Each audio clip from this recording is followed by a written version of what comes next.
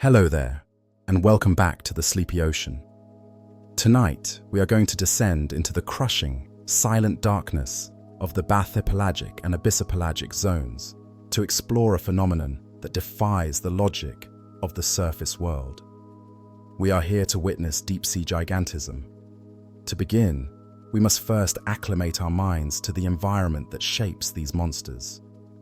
Imagine a world where the sun is not a memory, but a concept that never existed. The pressure here is not a weight you carry on your shoulders, but a uniform, squeezing force that presses against every square inch of matter with the weight of a commercial airliner. It is in this high-pressure, low-temperature refrigerator of the planet that evolution has taken a strange turn.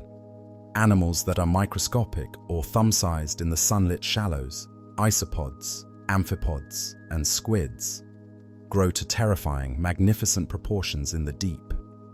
This phenomenon is a biological riddle wrapped in the cold dark. It is a place where time moves slower, where metabolisms tick at the rate of a geological clock, and where growing large is not a sign of aggression, but a strategy of efficiency, a way to drift through the void for months without eating, carrying a massive battery of energy in a body built to withstand the crushing hug of the ocean. The most iconic example of this phenomenon is the Japanese spider crab, Macrochera caemferi, a creature that looks less like a crab and more like a collection of long, spindly stilts walking across the seafloor. Residing in the deep trenches off the coast of Japan, this arthropod possesses the largest leg span of any arthropod on Earth, reaching up to 12 feet from claw to claw. Imagine standing next to a crab that could wrap its legs around a small car. Despite its monstrous size, it is a creature of immense fragility and grace. Its body, the carapace, is relatively small, roughly the size of a basketball, but its legs are impossibly long and thin, reinforced with calcified chitin to withstand the pressure. It moves with a slow, deliberate gait, picking its way across the sediment like a careful old man. The spider crab is a scavenger, a cleaner of the deep, using its reach to find dead fish and decaying matter that has drifted down from above. It is a silent giant, often found decorated with sponges and anemones that it plants on its own shell for camouflage, a walking garden of the deep that has outgrown everything else in its family tree. Drifting just above the seabed, we encounter the giant isopod, Bathynomus giganteus, a creature that triggers a primal recognition because it is essentially a pill bug, or roly-poly, magnified to the size of a house cat. These crustaceans can grow to over 1.5 feet in length. They are covered in heavy, segmented armor that is pale pink or lilac in color, giving them a prehistoric, almost alien appearance. Their eyes are large, triangular, and reflective, designed to catch the faintest glimmer of bioluminescence in corneas and means, the eternal night. The giant isopod is a master of patience. It can go for years, literally years, without eating. When a food fall occurs, such as a dead whale sinking to the bottom, the isopods emerge from the mud in swarms. They gorge themselves until they can barely move, their bellies distended with meat, and then they retreat back into the darkness to digest for another year. They are the ultimate survivors of famine, growing large, not because they eat constantly, but because they are so efficient at doing absolutely nothing for long periods of time. The legend of the kraken finds its biological root in the giant squid, Architeuthis dux, a mollusk that has haunted the nightmares of sailors for centuries. This creature is not just long, it is a masterpiece of soft tissue engineering. It can reach lengths of 40 feet, with eyes the size of dinner plates. The largest eyes in the animal kingdom evolved to spot the bioluminescent silhouette of hunting sperm whales. The giant squid lives in the twilight zone, drifting in the black water with its 2 long feeding tentacles extended like fishing lines. These tentacles are armed with suckers that are lined with sharp, serrated rings of chitin. Unlike the slow-moving bottom dwellers, the giant squid is a jet-propelled predator capable of bursts of speed. Yet, its gigantism is also linked to its buoyancy. Its body is filled with ammonium chloride, a chemical solution that is lighter than seawater, allowing it to float neutrally without expending energy. It is a ghost made of ammonia and muscle, a phantom that grows to the size of a bus by turning the heavy water into a flotation device. Even heavier and more formidable than the giant squid is its Antarctic cousin, the colossal squid, Mesonicoteuthis hamiltoni. While the giant squid is long and slender, the colossal squid is stout and massive, weighing as much as a small car. It lives in the freezing waters of the Southern Ocean, surrounding Antarctica. Its body is covered in a reddish-pink skin that appears black in the deep ocean. But its most terrifying feature is its weaponry. The suckers on its tentacles are not just lined with teeth, they are equipped with swiveling three-pointed hooks. These hooks can rotate to snag prey and dig deep into the flesh of the Antarctic toothfish or even the skin of sperm whales. The colossal squid is a sit-and-wait predator, a massive ambush hunter that uses its enormous hooded eyes to scan the gloom. It is the heavyweight champion of the invertebrates, a creature so large and so secluded that we have only ever seen a handful of specimens, usually retrieved from the stomachs of whales or found floating near the ice, dead and broken by the surface world. The physiological driver behind this size is often attributed to Kleiber's law and the metabolic theory of ecology.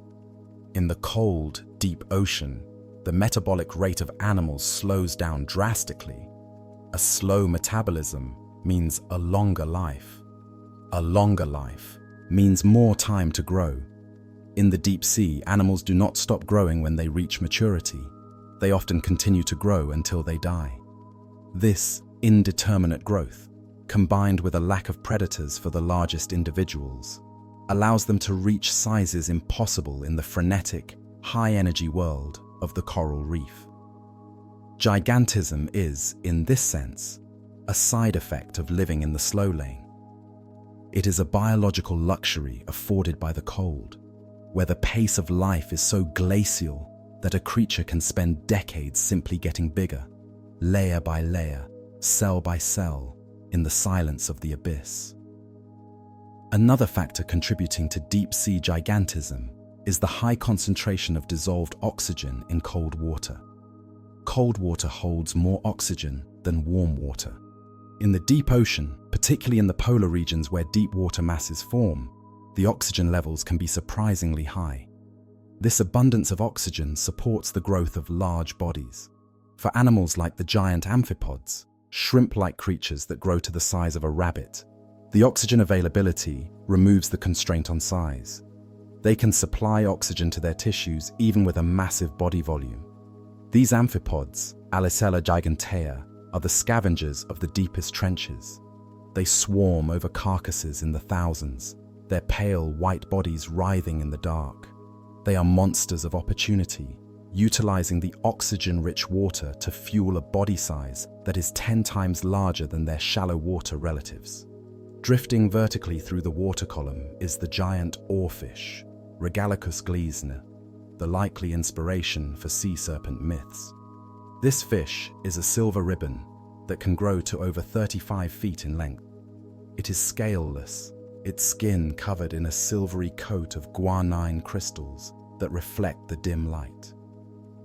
Running down its back is a brilliant red dorsal fin that rises into a crest on its head, looking like a crown or a rooster's comb.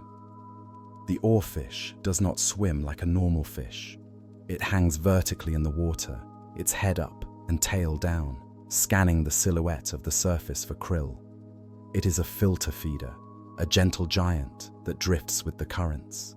When it does swim, it undulates its long dorsal fin, moving with a hypnotic, rippling motion. Sightings of oarfish at the surface are rare and usually signal that the animal is dying or injured. A silver messenger from the deep, rising to tell us that the world below is far larger than we imagine. The cellular biology of these giants requires a specific adaptation to handle the immense pressure. High membrane fluidity. Pressure tends to make cell membranes rigid, like butter hardening in a fridge. If the membranes become too rigid, the cells die. To counteract this, deep-sea giants incorporate high levels of unsaturated fatty acids, the runny fats, into their cell walls.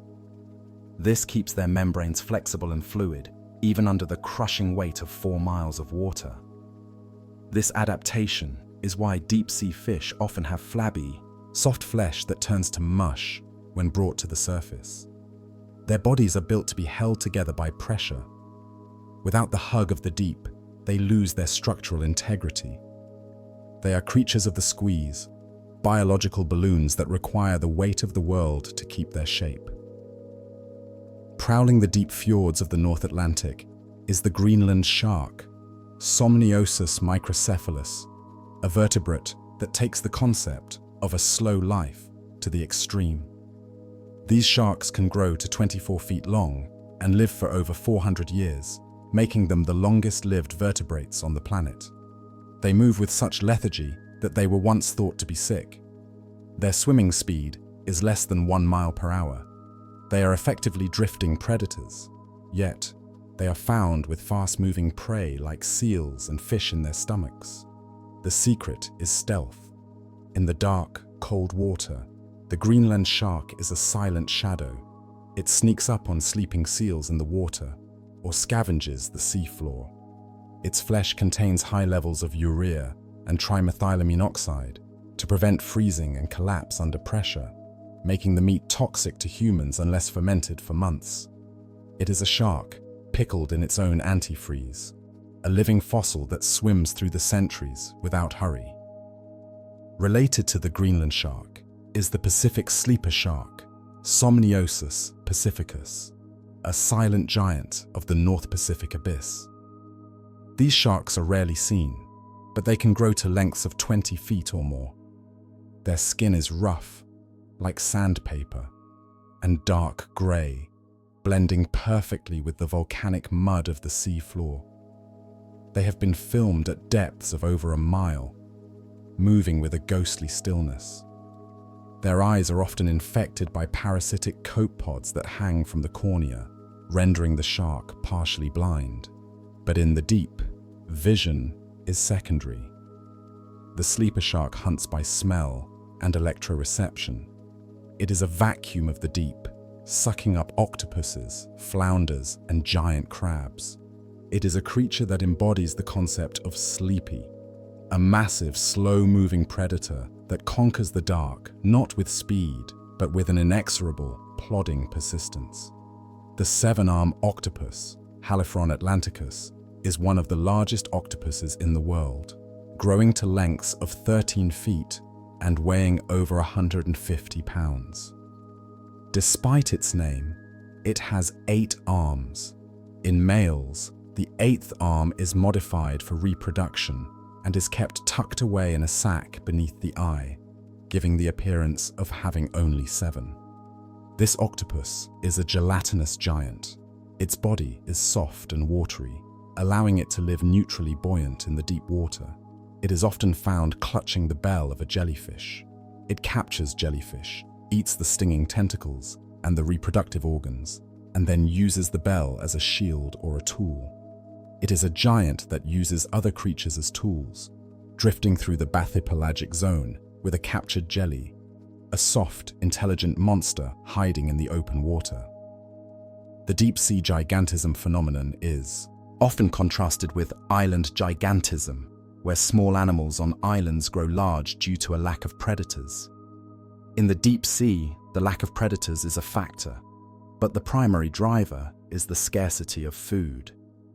This is known as the bigger is better hypothesis for endurance. A large animal has more fat reserves. In an environment where a meal might come along only once every 6 months, a small animal would starve. A large animal can survive the famine. The giant body is a storage tank. The colossal squid and the giant isopod are essentially hoarding energy in their own tissues, turning their bodies into pantries that sustain them through the long, hungry nights of the abyss. The big red jellyfish, Tiburonia granrojo, was only discovered in 2003, a testament to how little we know about these giants. It grows up to 3 feet across, a massive, fleshy sphere of deep, velvet red. Unlike most jellyfish, it does not have long, stinging tentacles. Instead, it has 4 to 7 thick, fleshy arms that it uses to wrestle prey. It looks less like a jellyfish and more like a floating heart or a severed flower of the deep. It lives in the Pacific, deep in the oxygen minimum zone. Its red color makes it invisible in the dark water. It moves with a slow, pulsing rhythm, expanding and contracting its bell like a slow-beating heart, patrolling the black water for other jellies to consume. The phantom jellyfish, Stygiomedusa gigantea, is perhaps the most ethereal of the deep-sea giants. Its bell can be 3 feet wide, but its oral arms, the drapery that hangs beneath it, can stretch for 30 feet. These arms are not tentacles. They are wide, billowing sheets of tissue that look like dark silk curtains. The jellyfish drifts through the midnight zone, trailing these massive ribbons behind it. It does not sting. It envelops. It wraps its prey in the silk-like folds of its arms, digesting them in a soft embrace. It is a rare creature, seen only about 100 times in history. It looks like a giant dark ghost haunting the water column, a shadow that moves without making a sound, turning the ocean into a haunted house of drifting veils. The Japanese spider crab's longevity is as impressive as its size. These creatures are thought to live for up to a century. This long lifespan allows them to grow slowly and steadily. Their molting process is a perilous time. To grow, the crab must shed its hard, calcified armor. It cracks the back of its shell and pulls its long, spindly legs out of the old casing, like pulling fingers out of a glove. This process can take hours. Once out, the crab is soft and vulnerable. It must pump itself up with water to expand the new, soft shell before it hardens. A giant spider crab in a soft shell state is a helpless blob of jelly, unable to stand on its own legs until the armor calcifies. It hides in the mud, waiting for its skeleton to return, a moment of extreme vulnerability in the life of a titan.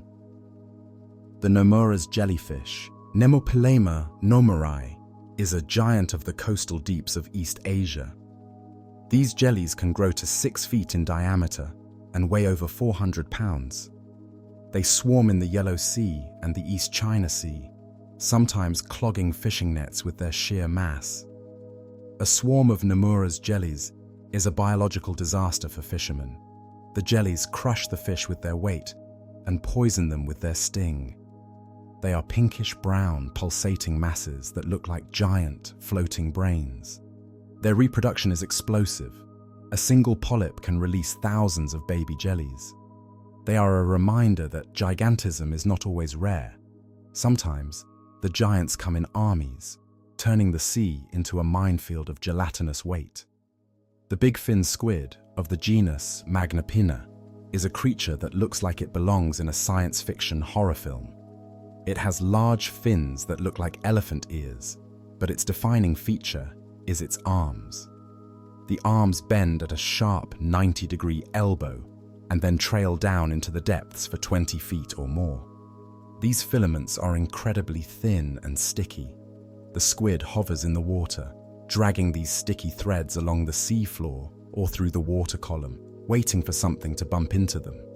It looks like a marionette puppet with tangled strings, or a daddy long-legged spider floating in the void.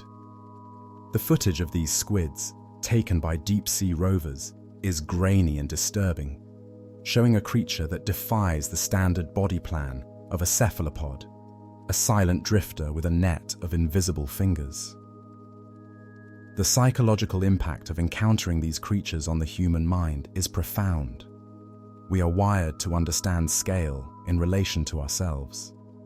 When we see a crab larger than a man or a squid the size of a bus, it triggers a sense of sublime horror, an awe mixed with fear. This is the root of the sea monster. The ocean is the only place left on Earth where we are not the top predator and not the largest animal. The deep-sea giants remind us of our own fragility. They live in a world we cannot enter without a titanium shell. They are the rulers of the 70% of the planet that is hostile to us. Their existence puts humanity in perspective, shrinking us down to the status of a small, fragile land dweller, peering nervously over the edge of a very deep boat. And finally, we must consider the silence that surrounds these giants. The deep ocean is not silent in the way an empty room is silent. It is a heavy, pressurized silence. Sound travels fast in water, but the sources of sound are few and far between. The giants move without noise. The owl-like silence of the Greenland shark, the drift of the oarfish, the hover of the colossal squid.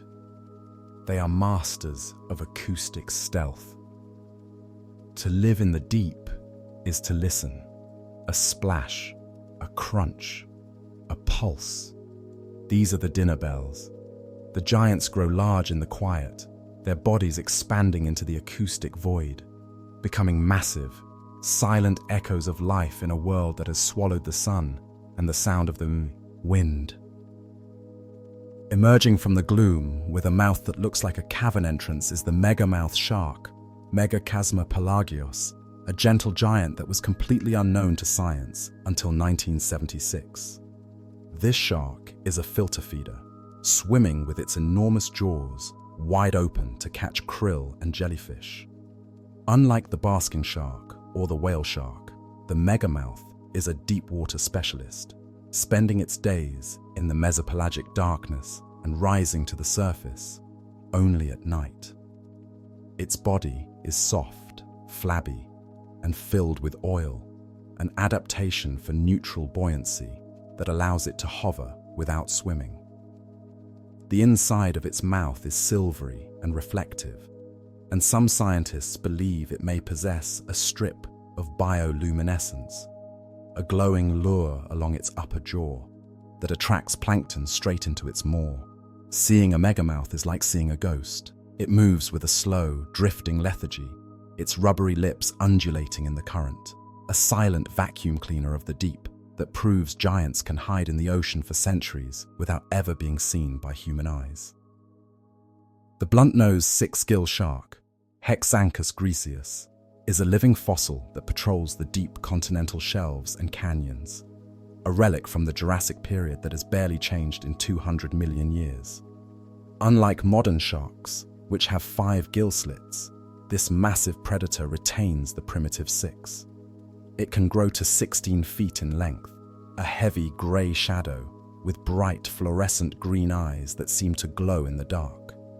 These eyes are adapted to scavenge the faintest photons of light. The six-gill is a generalist, eating anything from crabs to hagfish to other sharks. It moves with a deceptive slowness, conserving energy in the cold water, but is capable of explosive bursts of speed. Its skin is rough, covered in dermal denticles that act like armor. To encounter a six-gill in a submarine is to look into the face of deep time, a creature that watched the dinosaurs rise and fall while it swam silently in the cold, dark water, indifferent to the extinctions happening on the surface. Descending into the bathypelagic zone, we find a creature that is almost entirely mouth, the gulper eel, Eurypharynx peleconoides, also known as the pelican eel. This animal is a physiological riddle. Its body is thin and whip-like, often disappearing into the darkness, while its head is dominated by a massive, hinged jaw that can open wide enough to swallow an animal much larger than itself. The jaw is so large that it constitutes a quarter of the eel's total length. When the gulper eel feeds, it essentially unfolds its head, turning into a living net. The stomach is highly distensible, capable of expanding like a balloon to accommodate a massive meal. At the tip of its long, thread-like tail is a pink, glowing photophore. The eel likely uses this light as a lure, wiggling it near its mouth to attract curious fish. In the pitch black, the prey sees a tiny pink light and moves toward it, only to be engulfed by a mouth that opens out of nowhere, a biological black hole that consumes everything in its path. A similar glutton of the deep is the black swallower, Chiasmodon niger, a fish that takes the concept of eyes bigger than your stomach and makes it a survival strategy. This small, unassuming fish has an elastic stomach that can stretch to hold prey 10 times its own mass and twice its length. It has been found with entire snake mackerel coiled up inside its belly, visible through the stretched, translucent skin of its abdomen. The black swallower hunts by grabbing prey by the tail and walking its jaws over the victim until it is fully engulfed. However, this greed comes with a risk. If the prey is too large, it may decompose before it can be digested. The gases released by the rotting prey can inflate the swallower like a balloon, dragging it helplessly to the surface where it dies from decompression. It is a macabre destiny, killed by the indigestion of a meal that was too successful, floating dead on the waves with a full belly as a warning against excess. The goblin shark, Mitsukurina ostoni, is a pink-skinned spectre that looks like a mistake of evolution until you see it feed. It has a long, flat snout that overhangs its mouth like a trowel. This snout is covered in ampullae of Lorenzini, the electrical sensors that allow it to detect the heartbeat of fish hiding in the mud. Its jaws, however, are the stuff of nightmares. They are not fixed to the skull, but are slung on elastic ligaments. When the shark detects prey, it can shoot its jaws forward out of its face at a speed of over 3 meters per second. This slingshot feeding allows it to snatch fish that think they are out of range. The pink color of its skin is not pigment, but the blood vessels visible through its translucent dermis. In the deep sea, red light is absorbed first, so the pink shark appears black or gray. It is a vampire of the abyss, a blood-filled predator with a telescopic mouth that snaps out of the dark to claim its tithe. The lion's mane jellyfish, Cyanea capillata, competes for the title of the longest animal on Earth, a cold-water giant that drifts in the freezing currents of the Arctic and North Atlantic. While its bell can be 8 feet wide, its tentacles are the true marvel, trailing for over 120 feet, longer than a blue whale. These tentacles are arranged in 8 clusters, forming a curtain of stinging threads that paralyzes anything it touches. The jellyfish is a drifting ecosystem. Small fish often live near the bell, immune to the poison or agile enough to avoid the threads, using the giant as a moving shield. The lion's mane is not a single organism in the traditional sense, but a pulsating mass of mesoglea, a non-living jelly that supports the living cells. It has no brain, no heart, and no blood, yet it grows to monstrous proportions, a mindless drifting net that harvests the ocean with a touch of burning pain. Even longer than the lion's mane is the giant, Siphonophore, Praia dubia, a creature that challenges the very definition of an individual. It is not a single animal, but a colony of specialized clones called zooids, all working together. It can reach lengths of 130 to 160 feet. The colony is pulled through the water by a pair of swimming bells, or nectaphores, which pulse rhythmically. Trailing behind is a long stem, the cyphosome, from which hang the feeding polyps, the reproductive polyps, and the defensive bracts. This entire train glows with a bright blue bioluminescence. When disturbed, the light cascades down the length of the colony, creating a line of fire in the deep. It drifts like a living fishing line, a constellation of cooperating parts that has achieved gigantism through unity, proving that in the deep sea, the collective is stronger than the individual.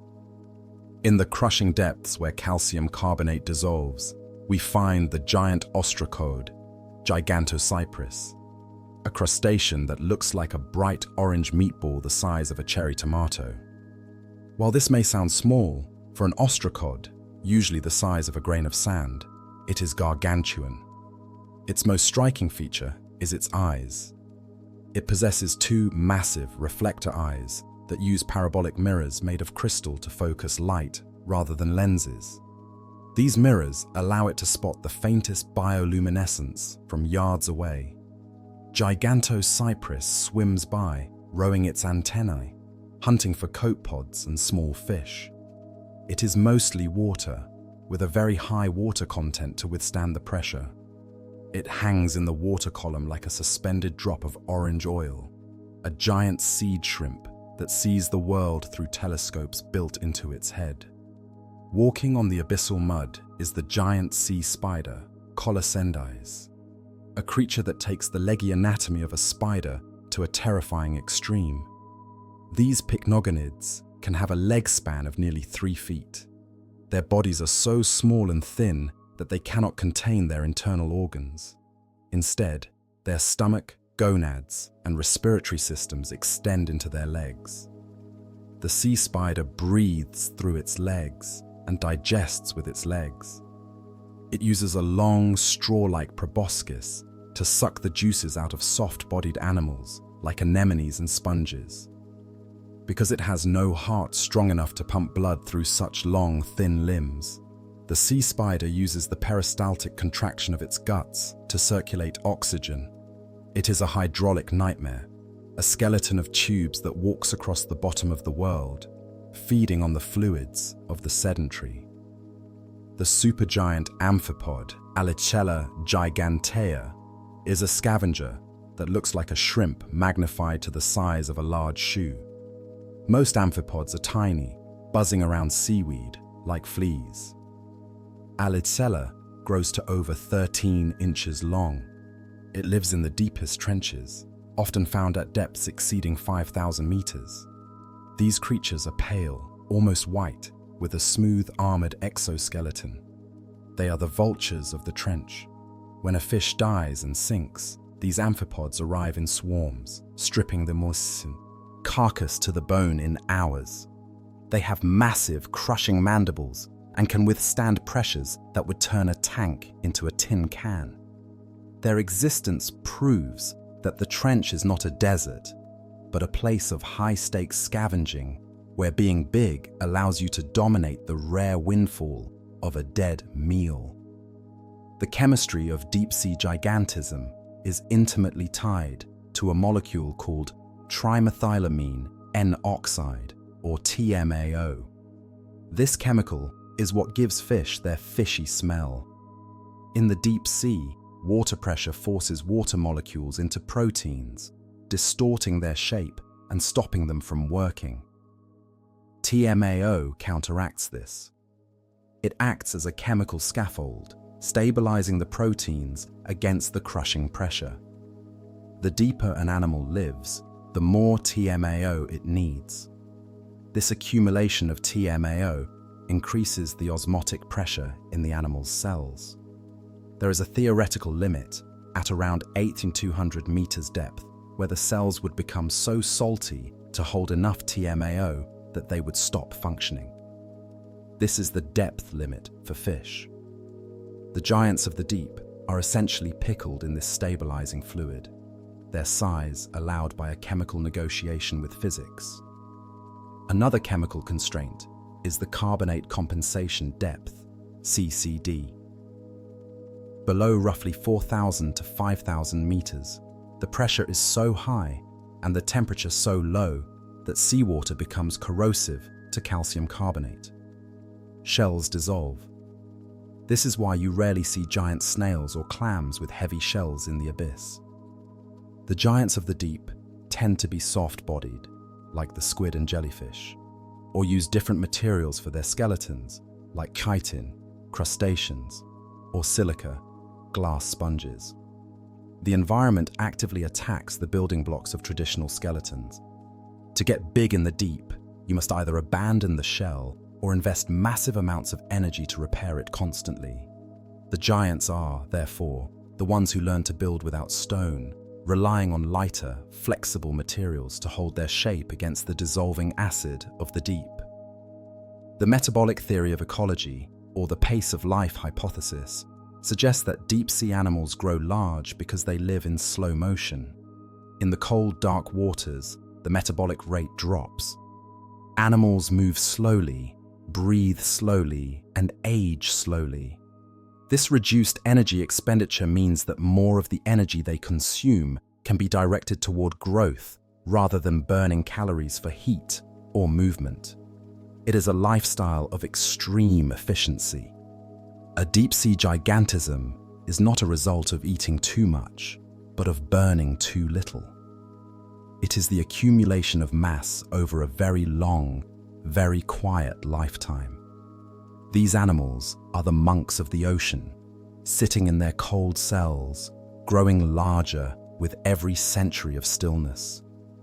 At the hydrothermal vents, the Riftia pachyptela, or giant tube worm, grows to lengths of nearly 8 feet, forming forests of white tubes topped with brilliant red plumes. These worms have no mouth, no stomach, and no anus. They rely entirely on a symbiotic relationship with bacteria living inside a specialized organ called the trophosome. The worm absorbs hydrogen sulfide, a toxic chemical spewing from the vents, through its red plume. The bright red color comes from a specialized hemoglobin that binds both oxygen and sulfide. The bacteria use the sulfide to produce sugar, feeding the worm. These worms grow at an astonishing rate, sometimes several feet in a year, the fastest growth of any marine invertebrate. They are giants, powered by the geothermal heat of the Earth, converting the toxic breath of the planet into living tissue in the pitch black. In the cold seeps, where methane bubbles up from the sea floor, we find the giant clam of the deep, Calyptogena magnifica. These clams can reach lengths of 10 inches or more, clustering in the thousands. Like the tube worms, they rely on chemosynthetic bacteria in their gills. The clam extends its foot down into the sediment to absorb sulfides, while its siphon draws in oxygen from the water. The bacteria bridge the gap, creating energy. These clams grow slowly, living for decades. Their white shells are chalky and thick, often dissolving slightly in the corrosive water. They are the farmers of the seep, tending their internal gardens of bacteria in the cold mud, growing fat on the gases leaking from the Earth's crust. The zombie worms of the genus Osedax are not giants individually, but their impact and their root systems are massive. These worms colonize the bones of dead whales. They have no mouth or stomach. Instead, they grow green, root-like structures that bore into the hard bone of the whale. Inside these roots, symbiotic bacteria digest the oils and fats stored in the bone matrix, while the visible part of the worm is a small, pinkish plume waving in the water. The body is a massive network of roots dissolving the skeleton. Female worms can grow to a few inches, but the males are microscopic dwarfs that live inside the female's tube, existing only to fertilize eggs. They are the grave robbers of the deep, giants of digestion that turn the tragedy of a whale's death into a blooming garden of life. The headless chicken monster, or Enypniastes eximia, is a giant sea cucumber that has evolved to swim. Most sea cucumbers are sluggish, bottom-feeding sausages. Enypniastes is different. It has a webbed veil made of its fused tube feet that allows it to lift off the bottom and drift in the current. It is transparent and deep red, allowing you to see its digestive tract filled with sediment. It can grow up to 10 inches long. When threatened, it glows with bioluminescence, shedding its sticky, glowing skin on the predator to confuse it. It is a graceful, gelatinous dancer of the abyss, a scavenger that has learned to fly through the water to escape the crabs, looking like a ghostly piece of poultry drifting in the dark. The grenadiers, or rat-tails, are a family of deep-sea fish that are ubiquitous in the abyss, and some species can grow to over 3 feet in length. They have large, armored heads and long, tapering tails that end in a point, hence the name rat-tail. They are the rats of the deep, scavenging across the abyssal plains. They have a highly developed sense of smell and a lateral line system that can detect the slightest vibration. Uniquely, they possess sound-producing muscles attached to their swim bladders. In the silence of the deep, these fish drum to communicate, creating low-frequency sounds that travel for miles. They are the noisemakers of the dark, massive-headed fish that patrol the bottom, constantly humming to find mates in the infinite black. The basket star, Gorgonocephalus, is a relative of the starfish that looks like a fractal nightmare. It has 5 arms that branch and branch again, creating a tangled mass of thousands of tendrils. When fully extended, a basket star can be over 2 feet wide. It perches on a coral or a rock in the deep current and unfolds its arms into a basket shape to catch falling marine snow and plankton. When disturbed, it curls up into a tight, impenetrable ball of knots. It looks like a gorgon's head of snakes. This intricate structure allows it to filter a massive volume of water. It is a living net, a giant trap made of calcium and muscle that sits patiently in the dark, waiting for the ocean to feed it. The Antarctic volcano sponge, Anoxicalix jubini, is a silent, white giant that can grow to over 6 feet tall and wide, large enough for a diver to climb inside, though they shouldn't. These sponges are the oldest living animals on the planet.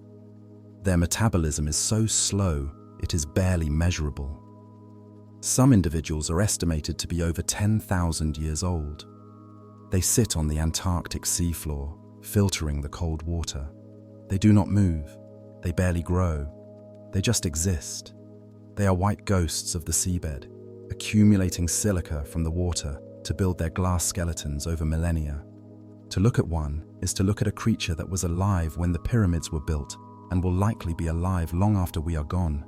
A testament to the power of sitting still and growing very, very slowly in the cold.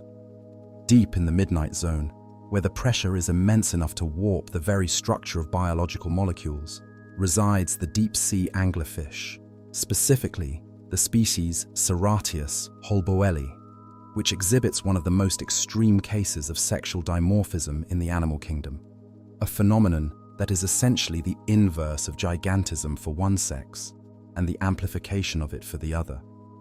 The female of this species is a massive, bulbous creature, reaching lengths of over 3 feet, a floating trap with a mouthful of translucent, needle-like teeth that can fold back to allow prey to enter but lock forward to prevent escape. She is a slow-moving giant, a solitary hunter drifting in the void.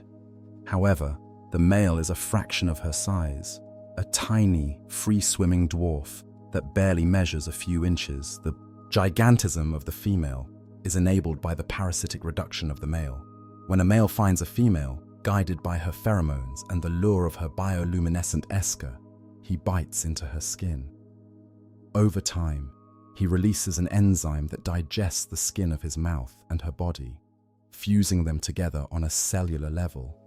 His eyes degenerate, his internal organs atrophy, and his circulatory system merges with hers. He becomes a permanent appendage, a living testes attached to the giant female, drawing all his nutrients from her blood, while she grows larger and larger, supported by the energy he no longer consumes. A singular giant composed of two bodies fused in the dark. Floating in the water column like a masterful piece of architectural glass is the giant Larvacean, Bathychordias charon, a creature that is often invisible until you shine a light on the massive structure it builds. The animal itself is a small, tadpole-like creature, only a few inches long, but it secretes a house of mucus that can exceed 3 feet in diameter. This house is not a shell, but a complex external filtration system consisting of 2 layers. The outer layer acts as a coarse filter to block large debris, while the inner layer is a labyrinth of intricate channels and fine meshes that trap the tiniest particles of marine snow. The Larvacean sits inside this gelatinous palace, beating its tail to pump water through the filters. When the filters become clogged with waste, the animal simply abandons the house, letting the massive structure sink to the seafloor and secretes a new one. These discarded houses are a major source of carbon transport to the deep, giant parcels of food falling like parachutes to feed the benthic scavengers below, proving that in the deep, you don't have to be big yourself to create a giant footprint. The nervous system of the giant squid, Architeuthis dux, relies on a biological innovation known as the giant axon to overcome the numbing effects of the cold water. In the freezing temperatures of the deep ocean, nerve impulses naturally travel slower, which would make a 40-foot animal sluggish and vulnerable to the lightning-fast attacks of sperm whales. To compensate, the squid has evolved nerve fibers that are up to 1 millimeter in diameter, hundreds of times thicker than a human nerve. The speed of a nerve impulse is directly proportional to the diameter of the axon. These massive cables allow the brain to communicate with the mantle muscles at the far end of the body in a fraction of a second, triggering the explosive contraction needed for jet propulsion. It is a high-bandwidth hardwire system running through the gelatinous flesh, a biological fiber-optic network that allows the giant to react with the reflexes of a much smaller animal, bridging the gap between size and speed. Crawling across the Antarctic seafloor is the Antarctic scale worm, Eulogisca gigantea, a polychaete worm that looks like a piece of golden jewelry come to life. While most marine worms are small and unassuming, this species grows to 8 inches in length and several inches wide, a flat, oval tank of a creature. Its back is covered in large paired scales called elytra, which are often grey or brown, but the bristles that fringe its body are a brilliant, metallic gold. These bristles, or setae, are not soft hairs. They are stiff, chitinous spikes used for traction and defense. The worm possesses a massive, retractable proboscis, a throat that can be turned inside out, armed with a pair of large, dark jaws. When it feeds, it shoots this proboscis out to snatch prey, revealing a terrifying alien mouth hidden within the golden fringe. It is a scavenger and a predator, a giant among worms that patrols the freezing mud, armored in scales and armed with a hidden weapon.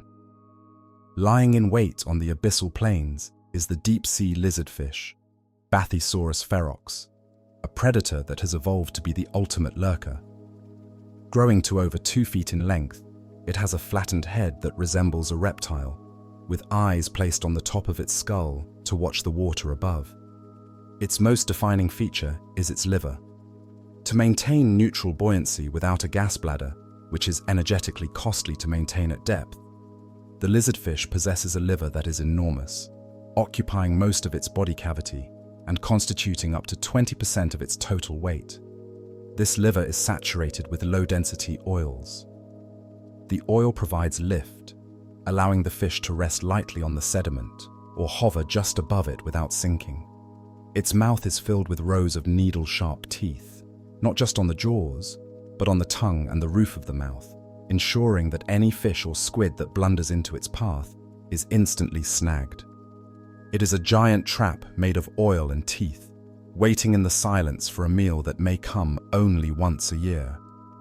Anchored in the soft sediment of the deep Pacific and Indian Oceans is the giant glass sponge, Monorhaphis chuni, an animal that creates the single largest biosilica structure on Earth. This sponge produces a basal spicule, a glass rod that acts as an anchor, tethering the sponge to the mud. This spicule can grow to be nearly 10 feet long and is as thick as a pencil. It is a single, continuous rod of almost pure glass, flexible and strong, composed of concentric layers of silica. The sponge tissue sits at the top of this rod like a flower on a stalk. These animals can live for thousands of years, slowly extracting silicic acid from the seawater to build their glass anchor. They are living fiber optics, transmitting light and standing as silent sentinels in the current, growing a skeleton that is essentially a 10-foot needle of crystal manufactured in the absolute cold. The reproductive strategy of the giant isopod involves a feat of endurance and fasting that transforms the female's body into a mobile nursery. When a female Bathynomus is ready to reproduce, she develops a brood pouch, or marsupium, on her underside, formed by overlapping plates called oostogytes. She lays her large, yolk-rich eggs into this pouch. For the entire duration of the brooding period, which can last for months in the cold deep sea, the female cannot eat. She buries herself in the sediment to avoid predators, surviving solely on her stored energy reserves. She essentially becomes a living bunker for her offspring. When the young emerge, they are fully formed miniatures of the adult, ready to scavenge. This strategy of maternal sacrifice ensures that the young are protected during their most vulnerable phase, a testament to the energy storage capacity of the giant body that allows the mother to starve for a season so her children can live. The predatory tunicate, Megalodicopia hyens, breaks the rule of its filter-feeding relatives by becoming a giant, carnivorous mouth. Most tunicates, or sea squirts, are small, passive siphons that filter plankton. Megalodicopia, however, lives in the deep canyons where currents are strong. It anchors itself to the rock and grows a massive, hood-like mouth that can be over 5 inches wide. It looks like a ghostly, translucent Venus flytrap. It stands open, facing the current, waiting for zooplankton or tiny fish to drift inside. When a sensory hair is triggered, the hood snaps shut in a fraction of a second, trapping the prey. It is a jelly-like giant that has abandoned the passive life for a hunter's existence, turning its entire body into a jaw that sits patiently in the dark, a silent mouth gaping in the abyss. Floating gracefully through the water column is the Dumbo octopus, Grimpoteuthis, a genus of deep-sea cephalopods that includes some of the largest cirrus octopuses. While generally small, some specimens have been recorded at nearly 6 feet in length. They are named for the large ear-like fins that protrude from the top of their mantle, which they flap to swim, resembling the Disney elephant. Unlike their shallow water cousins, Dumbo octopuses do not have an ink sac. Ink is useless in the dark, and they do not jet propel. They rely entirely on their fins and the umbrella-like web between their arms to glide. Their bodies are soft and semi-gelatinous to withstand the pressure.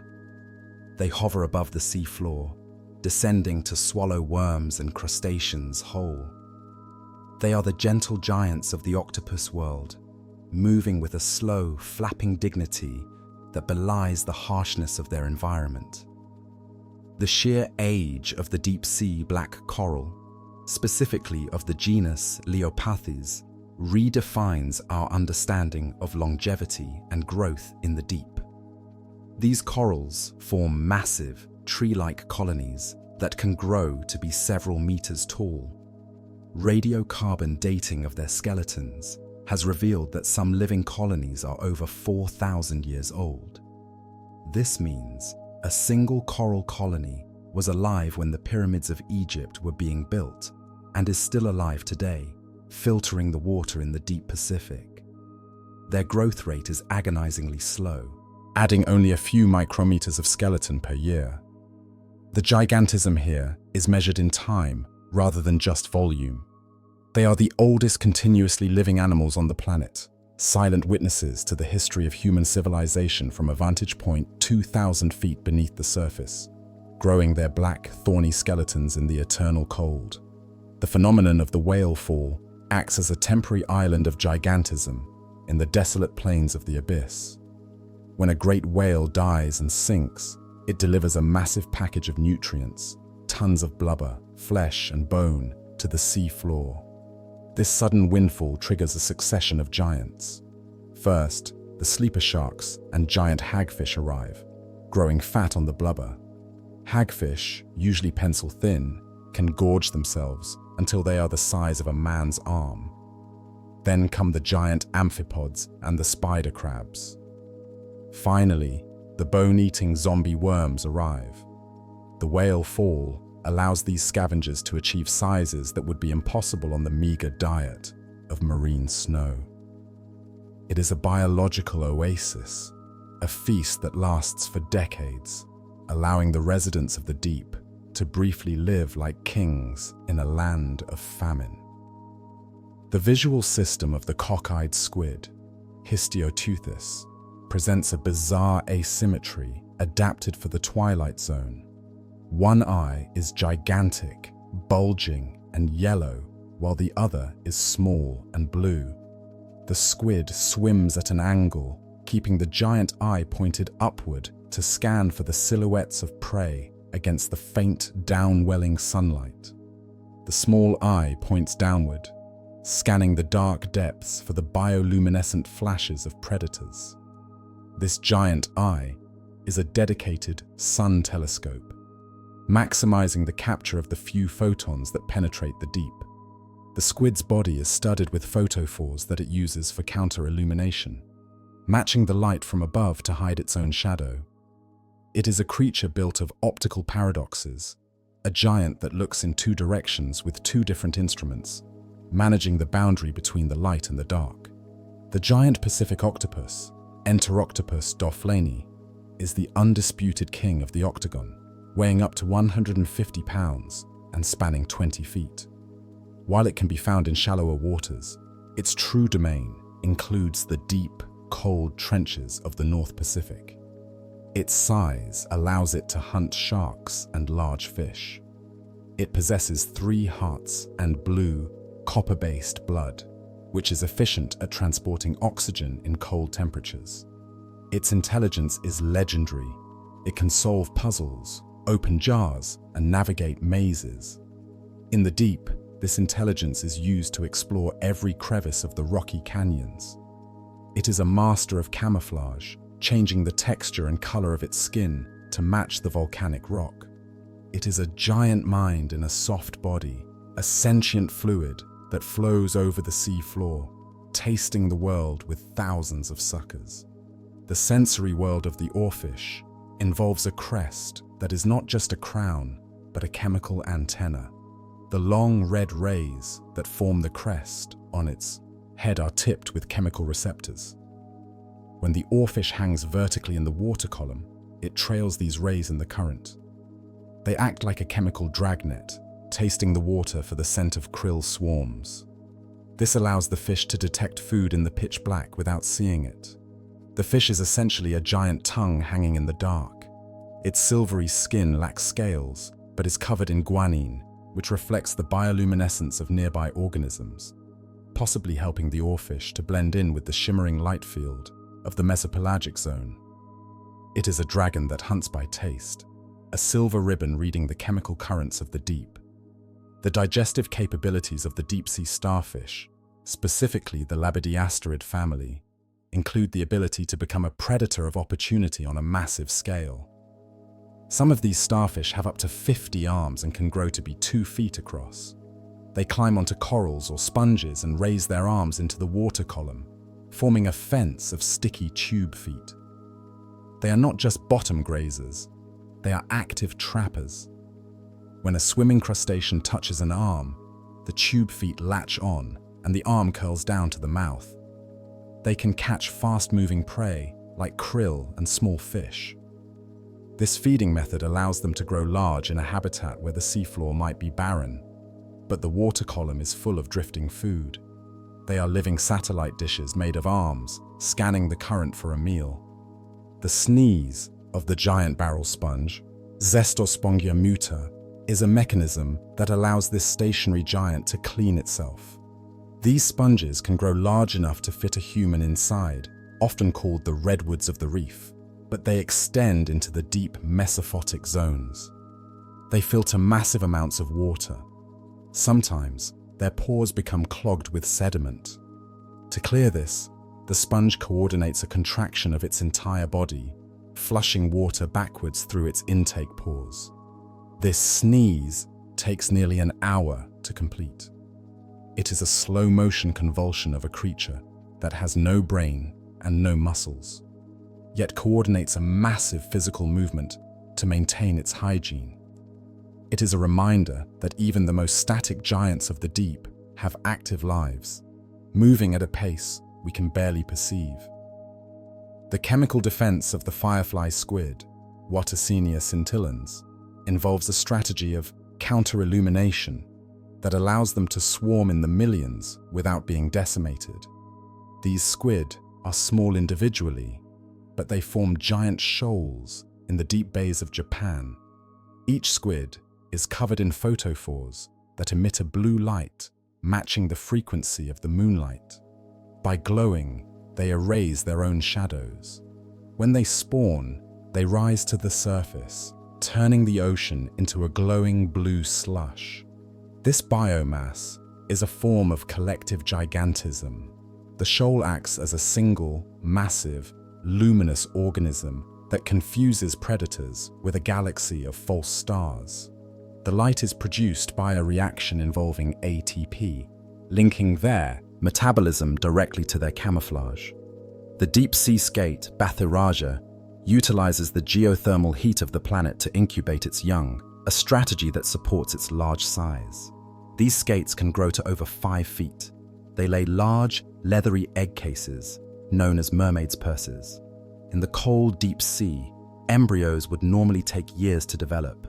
To speed this up, the skates seek out hydrothermal vents. They lay their eggs directly on the warm basalt around the vents. The heat from the earth accelerates the metabolism of the embryos, reducing the incubation time. This nursery behavior was only recently discovered. It shows a deliberate use of the environment. The giants are using the volcanic fire of the earth to birth their young in the freezing dark, clustering their eggs in the only warm spots on the abyssal plain. The physical texture of the blobfish, Cycrolutes marcodus, is often mocked, but it is a perfect adaptation to deep-sea physics. In its natural habitat, at depths of up to 4,000 feet, the blobfish looks like a normal, albeit slightly sad, fish. It has no swim bladder, which would collapse under the pressure. Instead, its flesh is a gelatinous mass with a density slightly less than water. This allows it to float effortlessly above the sea floor. It does not have strong muscles because it does not need to chase prey. It simply opens its mouth and sucks in whatever drifts by. The melted appearance it has on the surface is a result of rapid decompression damage. Its tissues, unsupported by the high pressure they were built for, collapse under gravity. It is a creature made of pressure, a giant of the deep that loses its very shape when removed from the heavy hug of the ocean. The deep-sea holothurians, or sea pigs, scotoplanes, travel in herds across the abyssal mud, grazing on the organic fallout from the surface. These sea cucumbers can grow to be 6 inches long, which is gigantic for a creature of their type. They have enlarged tube feet that look like legs, allowing them to walk on top of the soft mud rather than sinking into it. They are 95% water. Their skin is translucent, revealing their internal organs. They are the gardeners of the abyss, tilling the sediment and recycling the nutrients. Often found in groups of hundreds, all facing the current to detect the scent of food, they look like a herd of pink, water-filled livestock grazing on the most remote pastures of the planet, silent and soft in the crushing dark. Hidden within the underwater caves of the Comoros Islands and the steep volcanic slopes of Indonesia lives a fish that was supposed to have died out with the dinosaurs, the coelacanth, Latimeria chalumni. This creature is a heavy, armored giant of the twilight zone, growing to lengths of over 6 feet and weighing nearly 200 pounds. It is a lobe-finned fish, meaning its fins are attached to fleshy, muscular stalks that resemble limbs more than fins. When the coelacanth swims, it moves these fins in an alternating pattern, left pectoral with right pelvic, right pectoral with left pelvic, mimicking the gait of a tetrapod walking on land. It is a swimmer that remembers how to walk. Its body is covered in thick, rough scales that are armored with cosmine, a mineralized tissue, giving it a texture like sandpaper or stone. Deep inside its head, it possesses a unique sensory organ called the rostral organ, a gel-filled cavity in its snout that detects weak electric fields. It uses this sensor to find prey hiding in the crevices of the lava rock. To see a coelacanth drifting in the deep, headstanding in the current to detect the electromagnetic signature of a fish, is to look through a window into the Devonian period, witnessing a ghost lineage that refused to go extinct, hiding its massive, oil-filled body in the sanctuary of the deep caves for 400 million years. On the soft, muddy floor of the deepest trenches, we find a biological anomaly that challenges our understanding of cellular life. The xenophyophore, Syringamina fragilissima. This organism is not a plant, nor a coral, nor a simple sponge. It is a single-celled organism, a protozoan related to amoebas. Yet it grows to the size of a grapefruit or a human fist. Imagine a single cell that is 8 inches across. To support this massive size without dividing, it possesses thousands of nuclei scattered throughout its cytoplasm. It constructs a delicate, brittle shell, or test, made from its own waste pellets and glue, creating a complex lattice-like structure. This test is incredibly fragile. If you were to touch it, it would crumble into dust. These single-celled giants are the dominant life form in the Mariana Trench. They sit passively on the sediment, absorbing heavy metals like lead and uranium from the water, which would be toxic to other life, but seem to strengthen the xenophyophore. They are the silent architects of the abyss, single cells that have grown into castles of dust and slime, ruling the microscopic world with macroscopic ambition. Cruising the mesopelagic depths with a secret furnace burning inside its chest is the opa, or moonfish, Lampris guttatus, the only known fully warm-blooded fish. This giant can grow to 6 feet in diameter and weigh over 100 pounds. It has a round, disc-like body that is silver with white spots and bright red fins.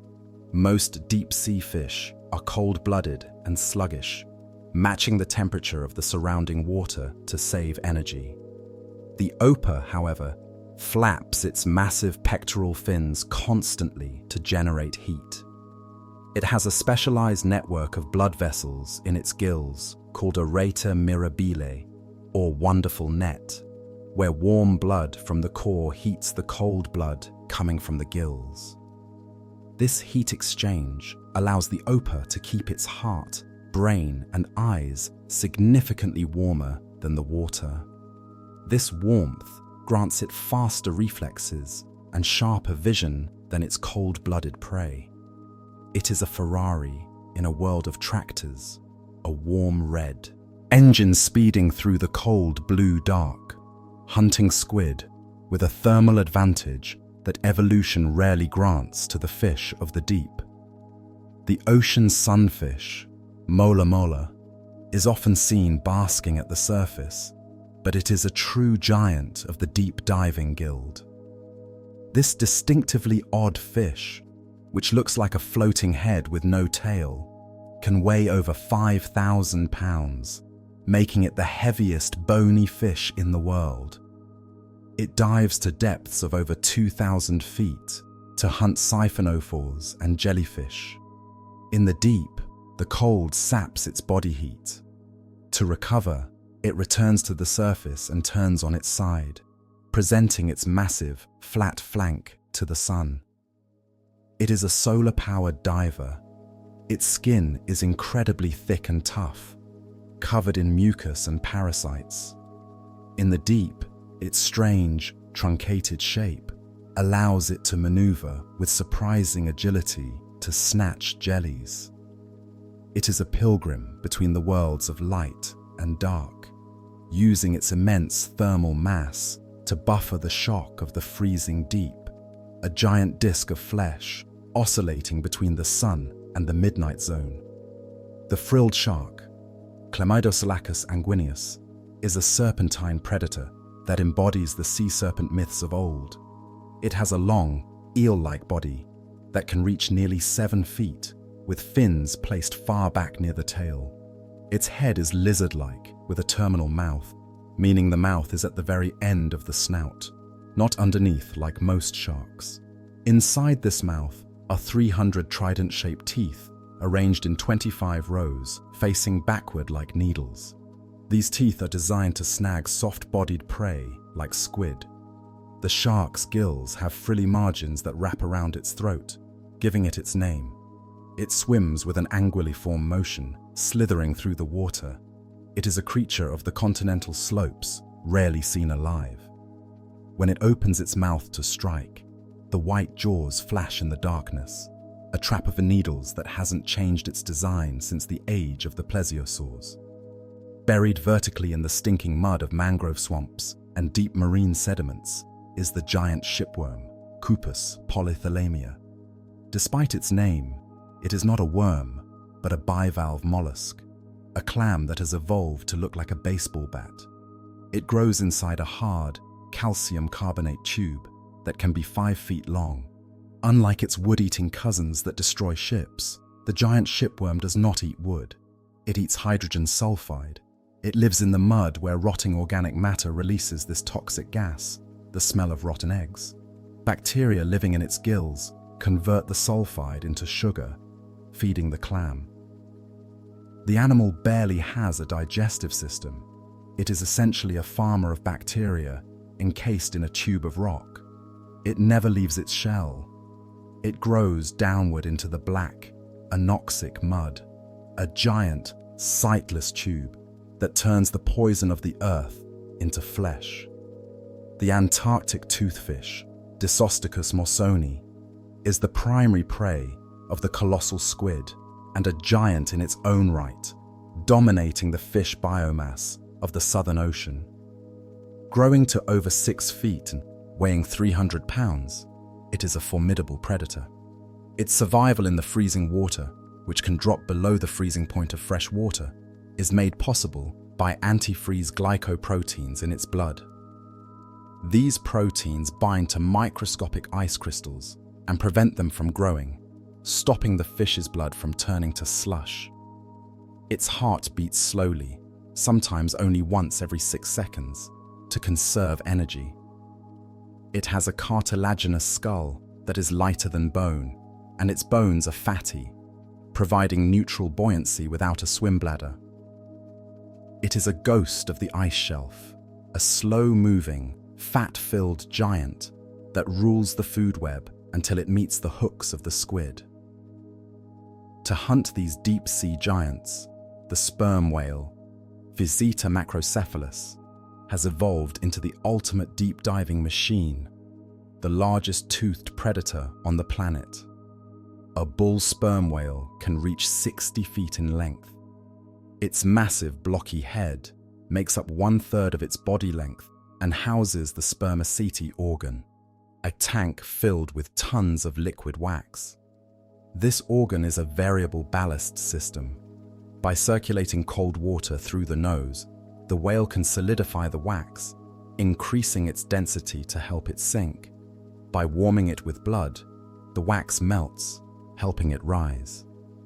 This allows the whale to dive to 3,000 feet or more with minimal effort.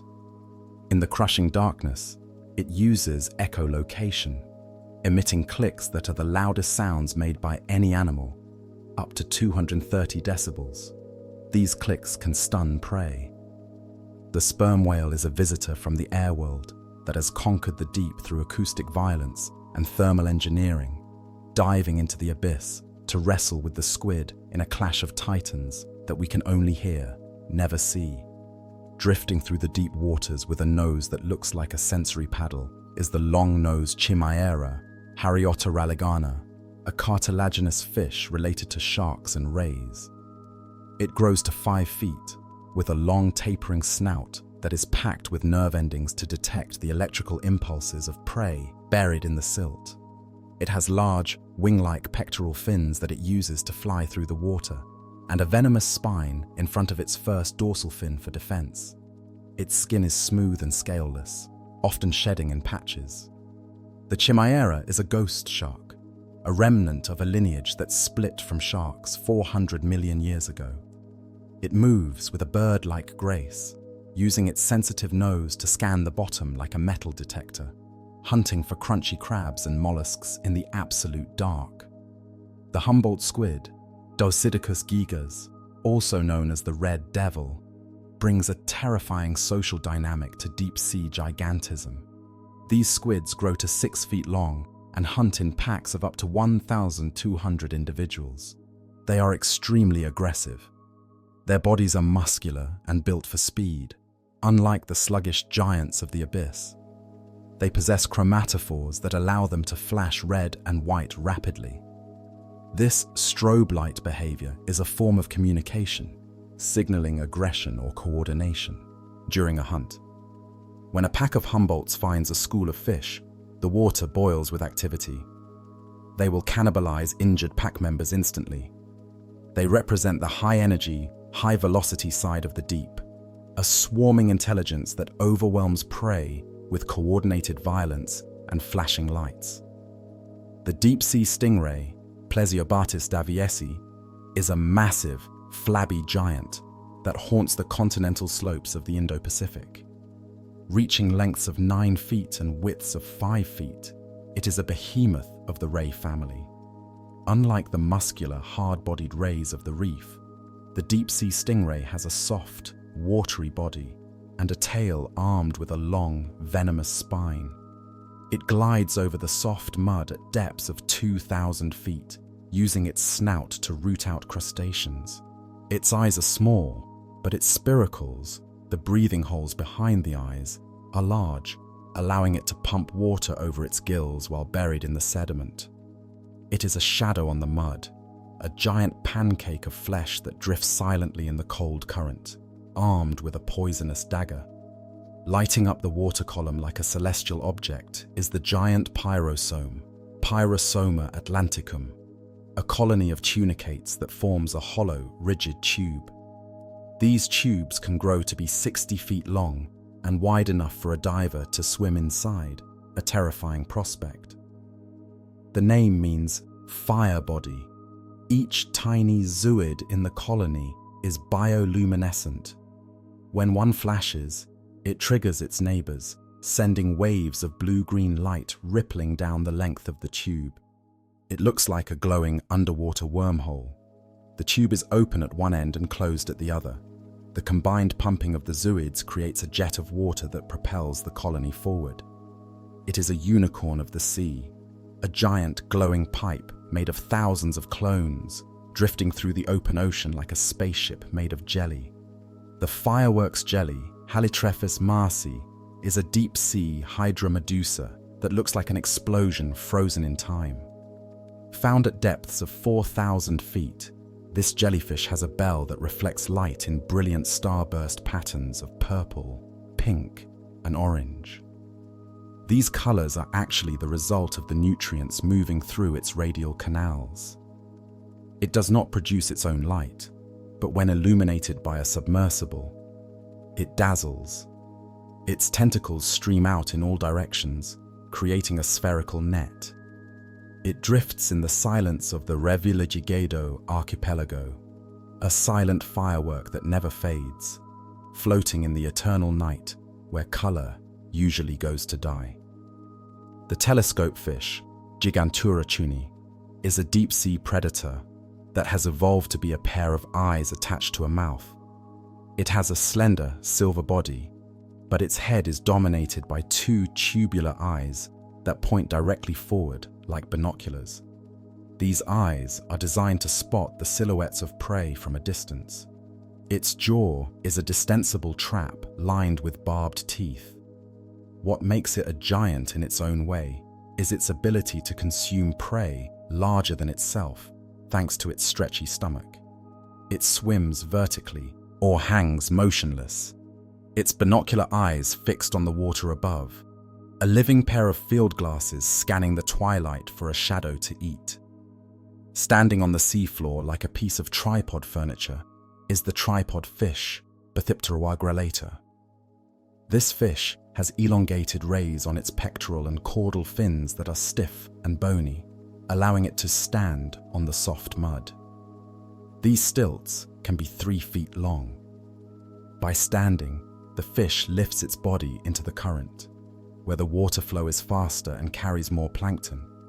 It faces into the current, spreading its pectoral fins like sensory fans to detect the impact of drifting shrimp. It is almost blind, relying entirely on touch. It stands motionless for hours or days, a silent sentinel on stilts, waiting for the ocean to deliver a meal to its chest height. The phenomenon of polar gigantism explains why the sea spiders and isopods of Antarctica are particularly huge. In the freezing water of the Southern Ocean, the metabolic cost of living is incredibly low, and the oxygen concentration is incredibly high. This combination removes the ceiling on body size. The Antarctic sea spider, Colossendes megalonyx, has a leg span of over 2 feet. Its cuticle is porous, allowing oxygen to diffuse directly into its body. Because the water is so oxygen-rich, it doesn't need complex lungs or gills to support a large body. It just needs surface area. The cold water acts as a life support system for the massive, allowing these spindly creatures to grow to sizes that would suffocate in the warm tropics. The giant rosarians are a group of single-celled organisms related to radiolarians that have been found to occupy a significant portion of the deep-sea biomass. These amoeba-like giants can be several inches across. They are extremely fragile, often destroyed by nets, so they were only recently appreciated through camera surveys.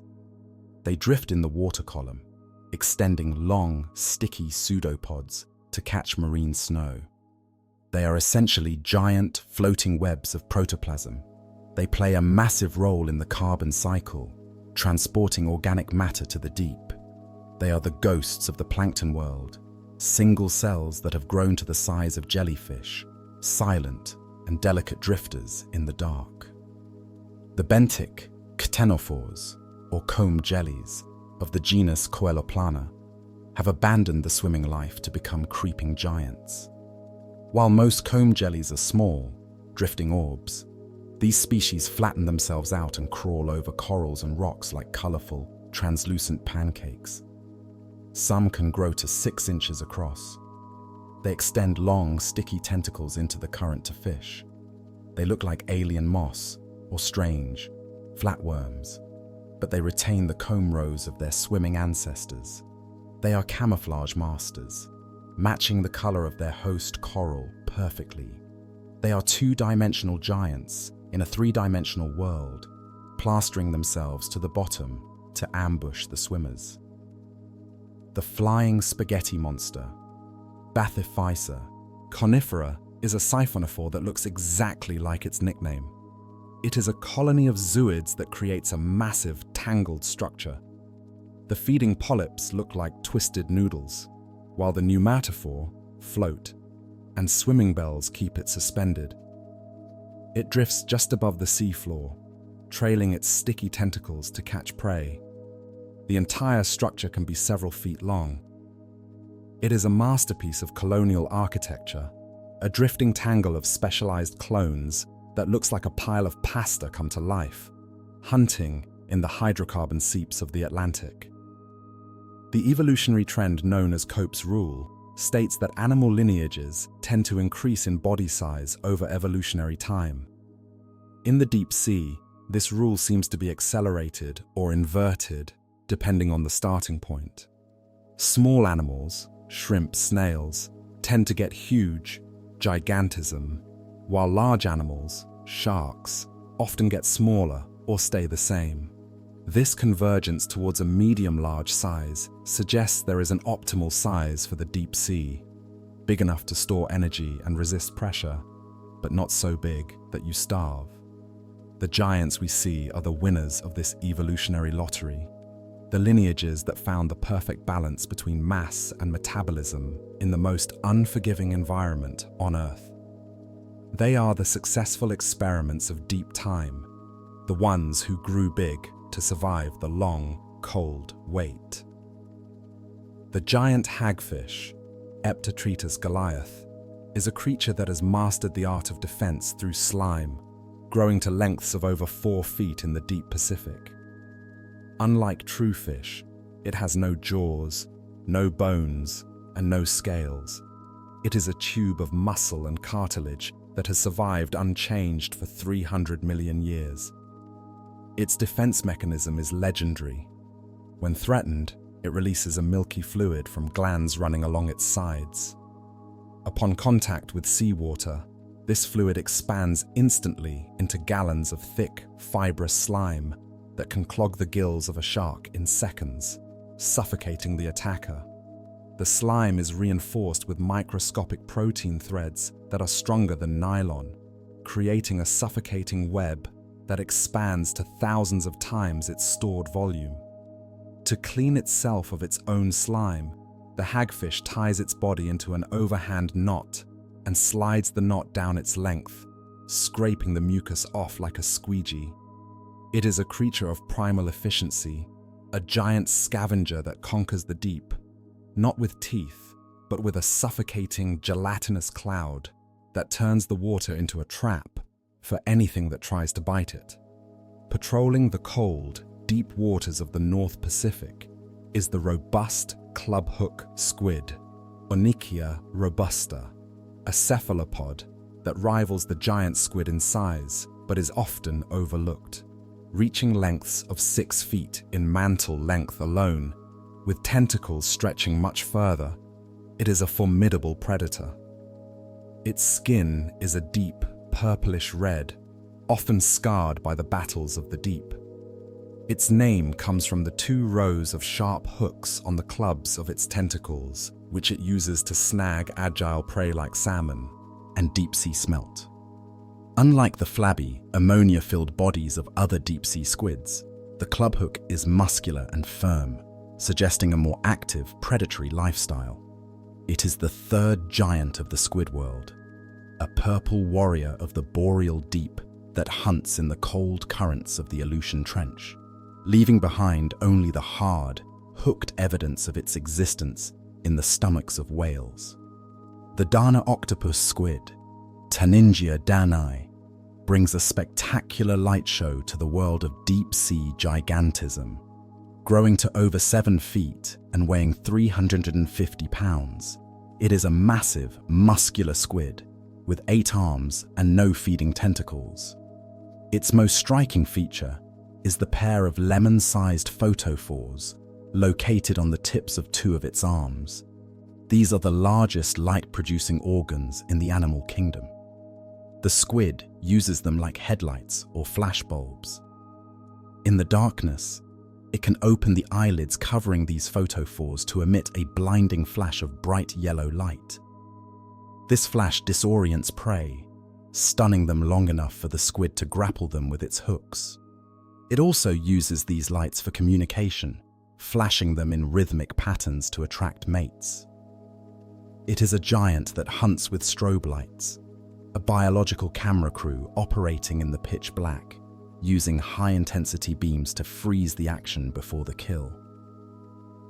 Baird's beaked whale, Baradius bairdi, is the giant of the beaked whale family, a mysterious cetacean that can grow to 40 feet in length.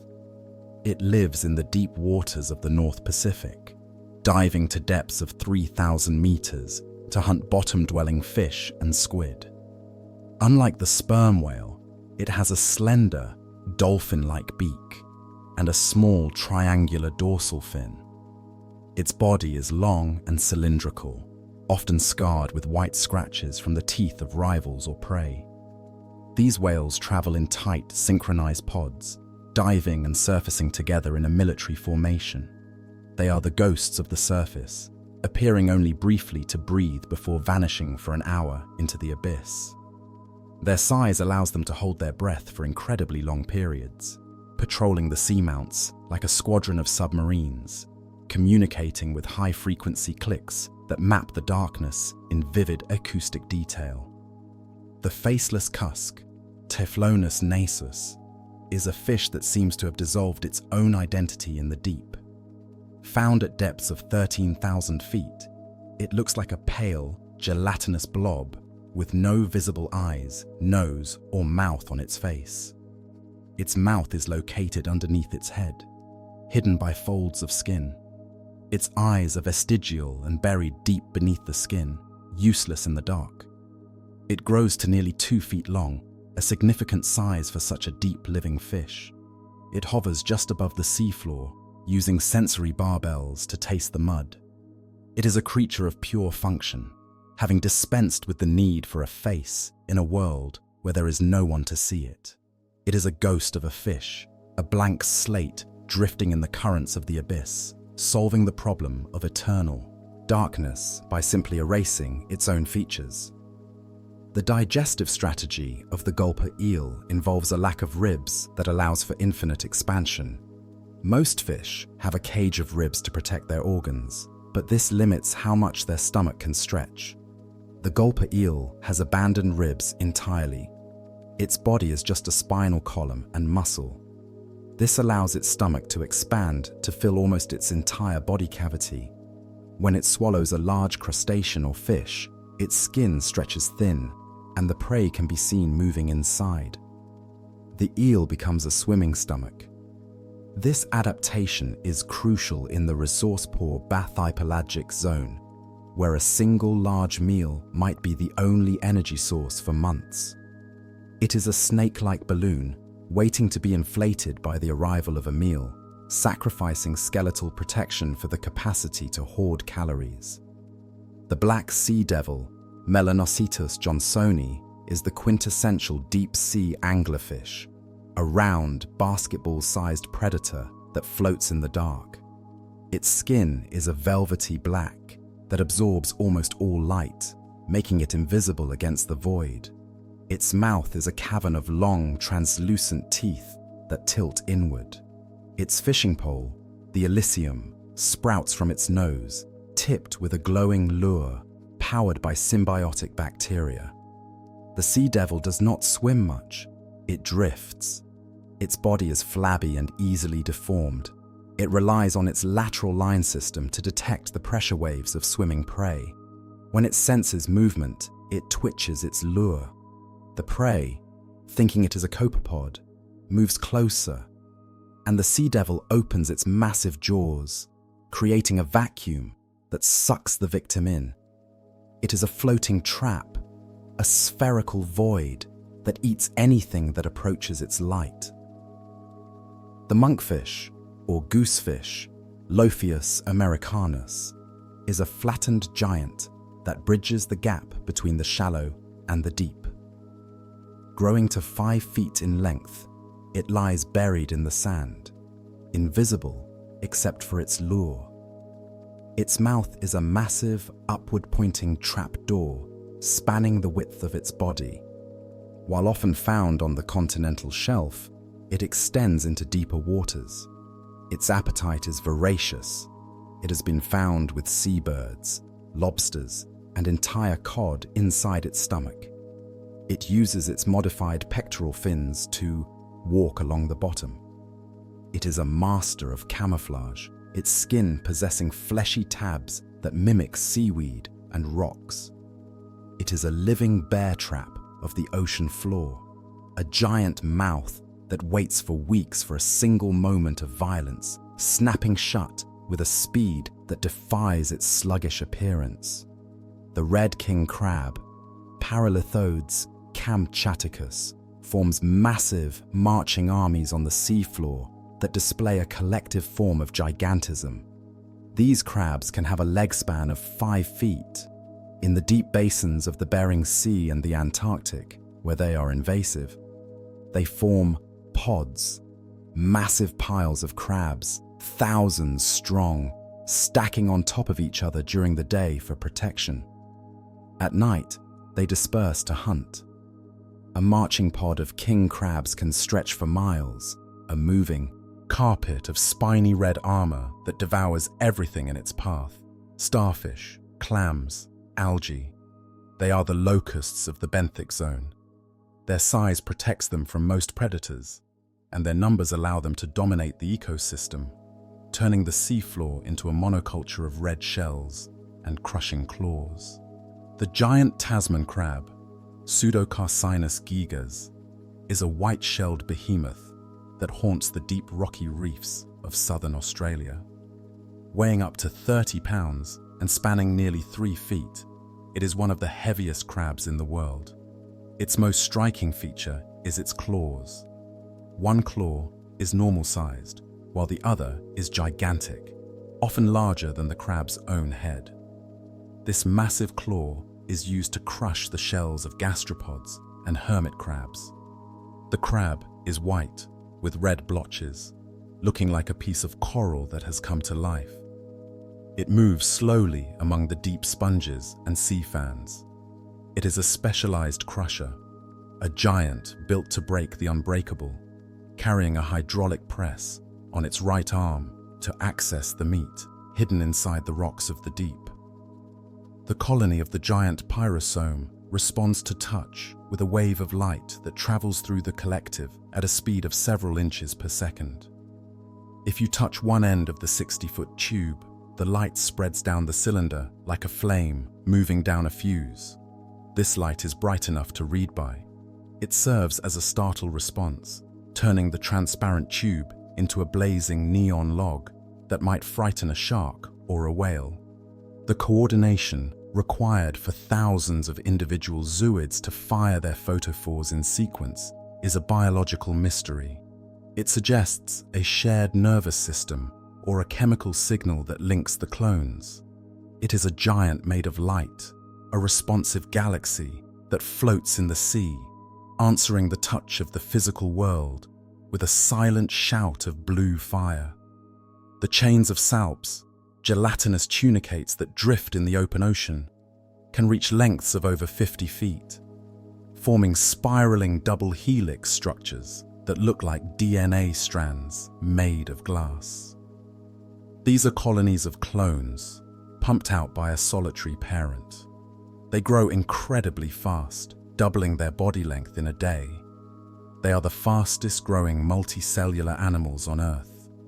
As they drift, they filter feed, stripping the water of phytoplankton. When the food runs out, the chain breaks apart, and the individuals sink to the bottom, transporting tons of carbon to the deep. They are the ephemeral giants of the plankton world, growing from nothing to massive, shimmering ribbons in a week, only to dissolve back into the water when the bloom fades. The Venus flytrap anemone, Actinocyphia aurelia, is a deep-sea giant among anemones that resembles the carnivorous plant. It has a large, oral disc that folds in half like a taco shell or a trap. It sits on a stalk on the muddy bottom, facing into the current. When debris or small animals drift into the fold, the anemone closes, trapping the food. It is often bioluminescent, glowing with a faint blue light.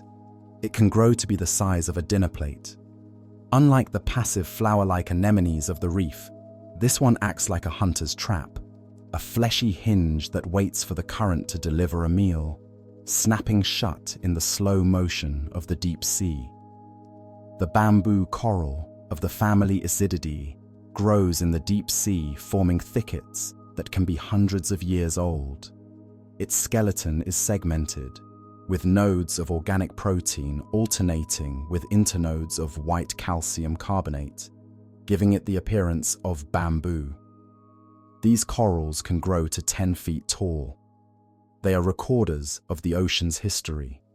The chemistry of their skeleton records the temperature and nutrient levels of the water over centuries. They are the archives of the deep. Living on their branches are entire communities of brittle stars and shrimp that are found nowhere else.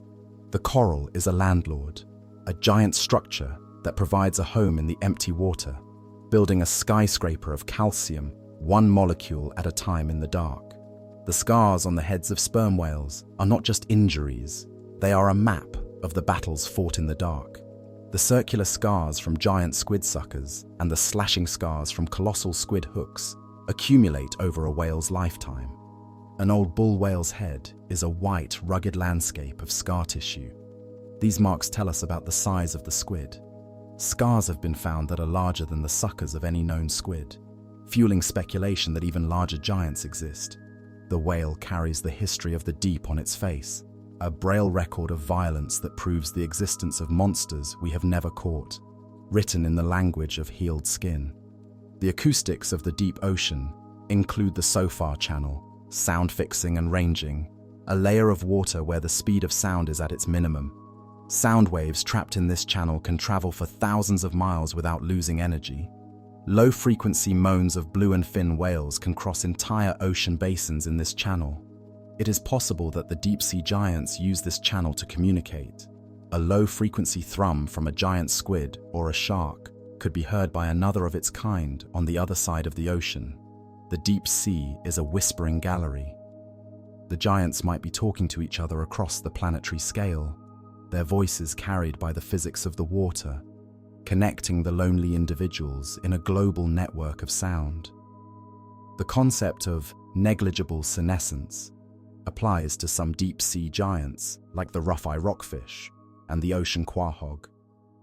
These animals do not seem to age in the traditional sense. Their mortality rate does not increase with time. An ocean quahog clam can live for 500 years and have the same reproductive capability as a 50-year-old. The Greenland shark lives for 400 years. In the cold, stable environment of the deep, the cellular damage that causes aging is slowed or repaired more efficiently. These giants are biological immortals, only dying from accident, disease, or predation. They challenge our understanding of life's limits, suggesting that death is not an inevitable consequence of time, but a side effect of living too fast in the warm sun.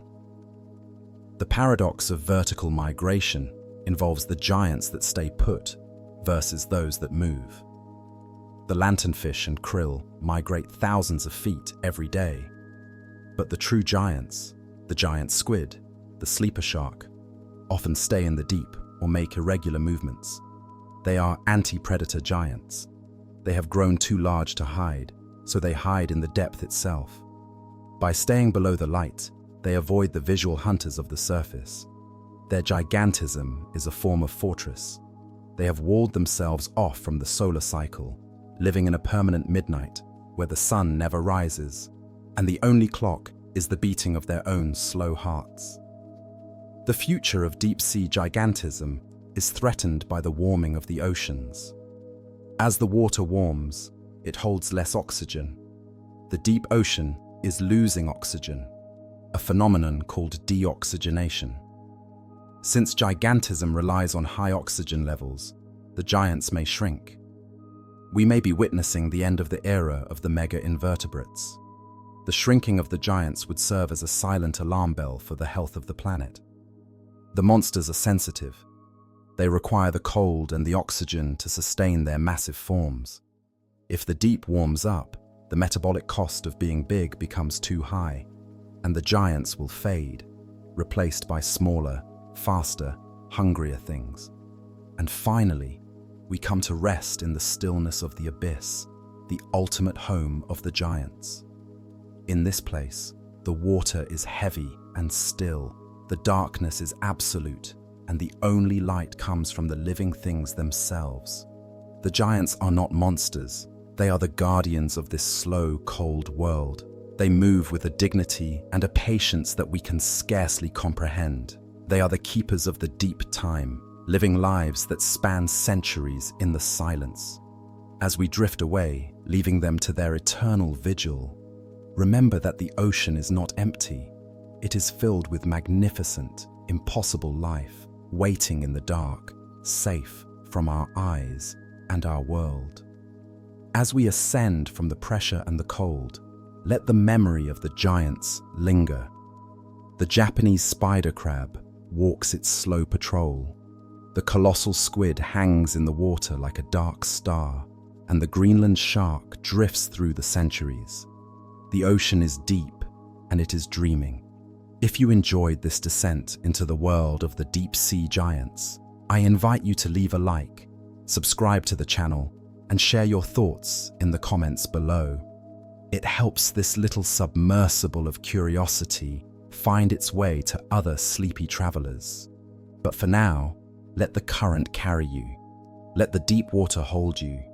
You are safe. You are drifting. Good night.